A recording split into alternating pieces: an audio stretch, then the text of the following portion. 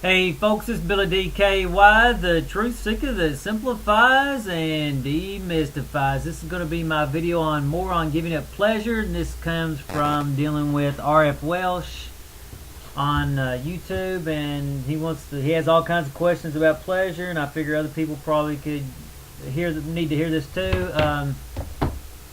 First thing, you always do what makes sense to you. You don't. If I say something that conflicts with what you believe is true, then stick with what you know is true. Obviously, question it and see if you, and even test it to see if what you're saying is true or not. But do it in small ways. And again, I like to point out this fact: if you were going to pick apples off a tree, which apple would you pick first? Obviously, you'd pick the ones at hand level or eye level that's easy for you to pick. You wouldn't try to pick the one on top of the tree. So don't get ahead of yourself. Do the stuff that you know that works or you know that you're doing wrong, and just baby step it and work on those things. So, okay. Let me get my eraser here. Next thing I want to talk about, use the 9 principles to figure out what you should do. Don't always trust me. The principles is what you should trust, not me. I mean, it's good that you ask questions and stuff, but at the end of the day, you have to really rely upon your own mind. So I can help you, I can facilitate your thinking, but you should not rely solely on my thoughts, because if you do that, you're gonna get hurt. It's like relying on the Bible to have all the answers. You're gonna get your ass hurt and gonna hurt somebody else telling them stuff that ain't true. So always use your own mind. Okay, third thing. Yeah, exactly. Do what works. If it works, do it. If it doesn't work, quit doing it and pay attention so you can learn the difference. Obviously, that's principle 4, attention. Also, principle 1, you've got to actually apply stuff to figure out what works. Let's see here. Principle 1, apply yourself so you actually have to do it. Principle 5, you're going to have to question things. Am I doing the right thing? And, you're going to have to use principle 2, baby steps, not making big changes so you don't really get yourself hurt. And again, principle 9, you should always be looking to do simpler stuff. And again, it's not going from mashed potatoes with cheddar cheese, salt, milk, butter, and whatever else seasonings you want to put it to a plain potato like this. You would start from that kind of mashed potatoes. Just start taking one thing out at a time and get used to it. Let's say you take the cheddar cheese out of your mashed potatoes, and then you get used to that. Then you say, okay, I'm going to take maybe the salt out, or I'm going to take the butter out. You just take back one thing at a time until you're eating just plain potatoes mashed up. And then you say, well, hell, why am I mashing the potatoes up? Maybe I should just eat a baked potato. And then you say, hell, why don't I try half baked potato and half raw potato? And then eventually you say, you know what, there really ain't no benefit to baking at all, or it's so minimal that it's pathetic, and you get back to eating a raw one like this. This is not where you start. You don't force yourself back here. You baby step it back through all those steps. And that way it gives you time to adjust. It gives you time to learn. And again, you're not going to philosophize yourself into living a great life or understanding. You're going to live yourself into understanding. And again, this is almost 9 years on a journey for me, so it's not going to be an intellectual journey for you. Intellectualism has its points and its purpose, but it's not that much. It's more about living it. Okay. Yeah, I already said that. Okay, specific things he talked about. He said he bought a couple bags of apples and then turned it into applesauce and froze some of it and blah, blah, blah. Well, again, you start from what you normally do, you evaluate it, and you try to lessen it. So, I think he said he bought 2 bags of apples. Buy 1 bag. Who cares if they're on sale? You don't need it, don't buy it. You know what I'm saying? It's not about having excess stuff or being cheap. It's buying what you like. I typically do. And again, you don't start where I'm at. You start where you're at, and you work it down and become simpler or more harmonious. You start from, let's say you're normally getting 2 bags, get 1. I typically go to the grocery every day, but I only get a small few things that I really sort of need for that day or what I've ran out of. And I typically don't buy more than 2 or 3 days of supply, and it keeps me active going to the store, and so like a wild animal. You don't see wild animals packing around lunch bags for 2 or 3 days. They just they eat what they need for that day, and maybe store a little bit up in fat, but they really don't carry a lot of stuff around. So you're wanting to get more back to being a wild animal, more like a wild animal, but you still want to be human and still progressing. So Okay. Yeah, only buy what you need. You know what I'm saying? Don't. I wouldn't have made the applesauce, but again, you got to start from where you're at and just simplify.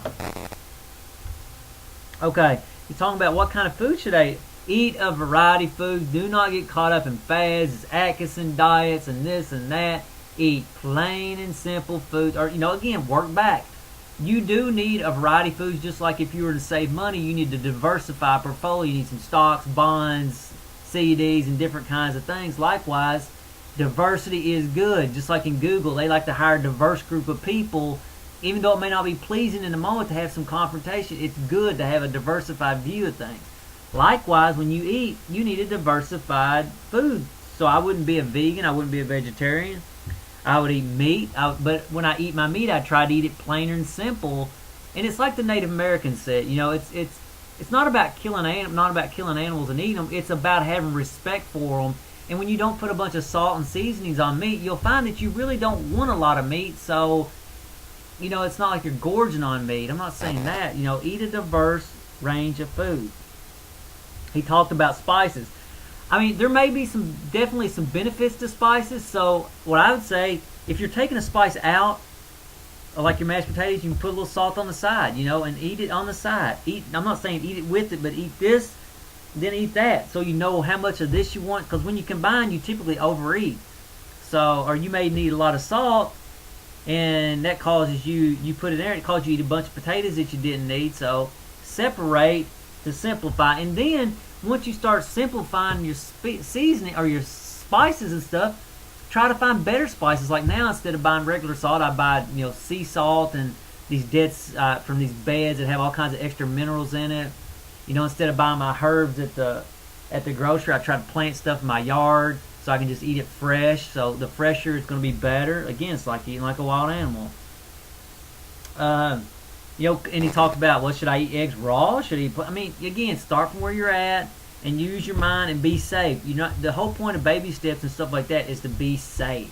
Plus, it really works. So, I cook my eggs right now. Will there be a day when I don't cook them? It could be, but I'm not ready to take that risk at this point because maybe my body's not healthy enough to handle the bacteria that may be in raw eggs, where if I did it now I may get sick, where maybe later I can handle it. Like I see wild animals drinking water that I'm not supposed to drink. Maybe there'll come a day where I can drink that, where I'm healthy enough. So it's all about where you're at and making progress in the right direction. So maybe eating raw meat's the better way to go too, but I'm not there yet. I'm not ready to take the risk because I'm not there. So again, wild animals eat it raw, but you're taking certain risks. So I'm telling you to start from where you're at and just work back slowly. So, let's say you eat your steaks well done, then try to eat it medium rare. Not medium rare, but one step down from well done, and just keep stepping it down until it's, what normal society, you just got to be careful. Be careful is a big thing, because I don't want you dying because you tried something I said and trying to do something all at once, or get some kind of health issue. The whole point of Falling Away at Growth is to improve as a human being, not to put yourself in undue risk. Will you have to put yourself in a little bit of risk? Yeah, but don't do too much. Don't get stupid. Use your own mind. Okay. He talked about coffee, honey, and milk. If you're drinking coffee, honey, and milk, try to separate them, and or maybe do it without the milk, or doing it without the honey. Like I eat honey now, but it's the last thing I eat of the day because it's probably one of the most addictive things I eat compared to the other things like this. This is not very addictive. I've been eating on this for 30 minutes. That's because you can't eat quick when you eat stuff like this. So, I've got a little coffee here. I don't drink it a lot, just in case there is some benefits to it, maybe once a week. But maybe go for a walk instead of coffee in the morning. That's what I do to wake up. So again, separate so you can really trust your tongue.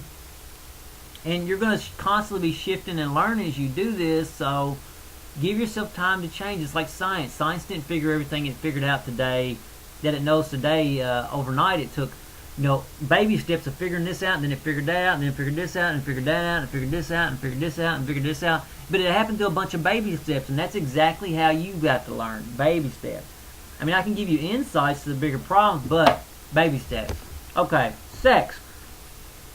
I'm not saying go back to only having sex when you're having kids. Start from where you're at and just restrain yourself. Let's say you got a girlfriend, you're having sex 2 to 3 times a week. Let's say you're having sex 3 times a week. We'll cut it back to 2. Intentionally set back and only have sex twice a week and deal with the impulses of not getting it when you want it. And notice it, is your sex life better now that you're only having sex twice a week? And just baby step back and keep doing it as long as it's better, and then again it'll work itself out and you'll learn new things. It's about learning, evolving. So that's my take on it. Again, you have to think for yourself. You can't be dependent upon another person to think. And don't get me wrong, I enjoy doing these videos and I enjoy conversating with you on it, but I'm just saying I don't want to be your teacher endlessly. I want to eventually pass it on to you. So till the next video later, folks. If you have more questions, leave.